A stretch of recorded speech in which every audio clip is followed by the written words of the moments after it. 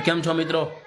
નમસ્કાર. ચૂંટણીનો માહોલ, સ્વરાજ એટલે કે સ્થાનિક ચૂંટણી, અને બિચારા ઘણા ઉમેદવારો પોતાની ઉમેદવારી નોંધાવવા માટે આમથી આમ પક્ષની ઓફિસે હડિયાપાટું કરતા જોવા મળે છે. અને રાજનીતિના પાઠ ભણ્યા હોય કે ન ભણ્યા હોય, ટિકિટ આપે એટલે એમ થાય કે ભાઈ આપણને પક્ષમાંથી ટિકિટ મળે. અને ટિકિટ મળ્યા પછી સત્તા પક્ષ કોઈ પણ હોય, અત્યારે ભાજપ છે, કાલે બીજો કોઈ પક્ષ હોઈ શકે. મેં એક પોસ્ટ વાંચી, તો એ પોસ્ટમાં સૌથી પહેલાં નામ હતું, પહેલો જે તે વખતે આંદોલન કરીને કરોડોનું નુકસાન પહોંચીને ગુજરાતને કરોડોનું અરબોનું નુકસાન પહોંચાડનાર એવો જે તે વખતનો પાટીદાર નેતા હાર્દિક પટેલ, એણે એવું કીધું હતું કે મેં મારા માનું ધાવણ ધાવ્યો ન હોવ ને તો હું ભાજપમાં જાઉં. અત્યારે ભાજપમાં છે. પક્ષના બદનામ હુલા કરે છે ખબર નથી પડતી. પક્ષ કોઈ પણ એમનું જાવ નહીં ભાઈ, પબ્લિક નોલા દૂર રમાડો છે. ત્યાર પછી બીજું નામ કોનું હતું? અલ્પેશ ઠાકોર. સૂર્ય અને ચંદ્રની સાક્ષી હું કહું છું કે હું ભાજપમાં નહીં જોડાઉં, એ ભાજપમાં કરી ગયા. ત્રીજું નામ હતું કુંવરજીભાઈ બાવળિયાનું કે મારી આંગળી કાપી નાખું પણ ભાજપને મત ન આપવું. અત્યારે ભાજપમાં મિનિસ્ટર છે. તાજેતરમાં જ ઓલા ભાઈ આપમાંથી રાજુભાઈ કરપડા, એણે એવું કીધું કે સૂરજ આથમણો ઉગે ને તો હું ભાજપમાં જાઉં. એટલે આજે આથમણો ઉગ્યો એવું લાગે છે. આ લોકો ભગવાનના, માતાજીના, મા બાપના આવા સોગંદ ખાઈ પોતાની રાજનીતિ ચમકાવવાનો પ્રયત્ન કરે. પણ મને એ નથી સમજાતું, ભાઈ પક્ષમાં જવું હોય તો એમને જાવ નહીં, પણ તમે પહેલાં પક્ષવાળાને હાકી નાખો ને તમે જાણે કોઈ ન મોટા હોવ એવી રીતે તમારું વર્તન કરો ને પછી છેલ્લે તમારી એટલે સીધા પક્ષમાં વિયા જાઓ.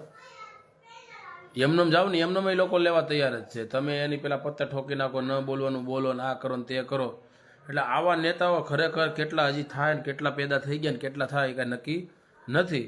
હવે જોવાનું એ રહ્યું કે ખોટી રીતે લોકોને ગેરમાર્ગે દોરતા આવા મેં 4 ઉદાહરણ આપ્યા. હવે કદાચ આની પછી ઉદાહરણ બની શકે. જ્યારે વિપક્ષમાં હોય અથવા પોતાની રાજનીતિક ચમકાવતા હોય ત્યારે આપણે ન બોલવાનું બોલતા હોઈએ અને એકાબીજા પક્ષમાં કે વિપક્ષને આડે હાથ લેતા હોય, પણ આપણને ખબર નથી હોતી કે આપણે જ થૂકેલું ચાટવાનું રહે. એટલે આવા નેતાઓ યાર થાય છે ગુજરાતમાં પેદા.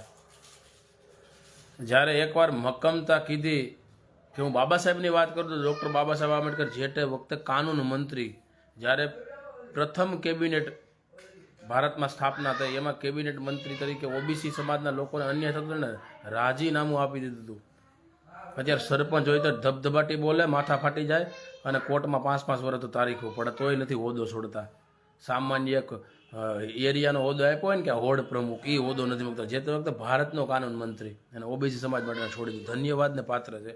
અને અત્યારના નેતા બોલો, સુરત દાદાને આડા રાખે, ઉપરવાળાને આડા રાખે, ભગવાનને, માતાજીને, મા બાપને, અને એમનો વ્યાજ આવવાની પક્ષ સ્વીકાર જ છે ભાઈ. ભાજપ હોય, કોંગ્રેસ હોય, હાવણો હોય, આપ હોય, પાપ હોય, હાથી હોય, XYZ કોઈ પણ હોય, સ્વીકાર જ છે રાજનીતિ કરી. પણ આવા ખોટા પબ્લિકને દૂર રમાડી અને હજી આવા કેટલાય નેતાના દર્શન થાય ને થતા આવ્યા છે. પણ દુઃખ સાથે કહેવું પડે છે કે આ લોકો માતાજીને, ભગવાનને, મા બાપને આડા રાખી પોતાની રાજનીતિ ચમકાવવા માટે આ શું તમારું ભલું કરી દેવાના યાર. ઓલા કરોડો રૂપિયાનું નુકસાન કર્યું, કેટલા એના છોકરા યંગ મરી ગયા પાટીદારના, અને કેટલી નુકસાની ગઈ સરકારને. ભળી ગયો બધું ચેપ્ટર ક્લોઝેડ. એટલે આ લોકો પોતાની વ્યક્તિગત રાજનીતિ ચમકાવવા માટે પેદા થયા છે. અને આવા કેટલા પેદા થાય એટલે સાચો નેતા, ઈમાનદાર નેતા મળવો બહુ મુશ્કેલ છે. કે હું કરે હું ને એનું નામ અત્યારનો નેતા. અત્યારનો પહેલાંના નેતાના ઈમાનદારી હતા, પક્ષ સાથે ગદ્દારી ન કરતા, ભલે કોઈ પણ પક્ષ સાથે જોડાયેલા. અત્યારે તો આમાં રિહાય તો ઓલામાં વ્યો છે ને આમાં રિહાય તો આમાં વી આવે. રેડી રિહાવો જોઈને પોતાનો પક્ષ, હોદ્દો, માન સન્માન, સ્ટેજ ન મળે, સીધો વાંદરાની જેમ ગુલાટ મારી અને બીજા પક્ષમાં વિયો જવાનું.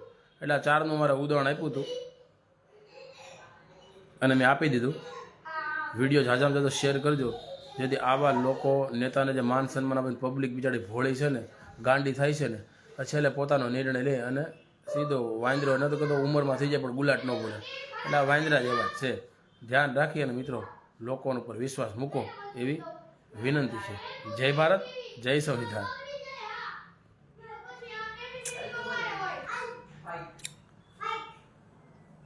કનેક્શન છે પ્રોબ્લેમ.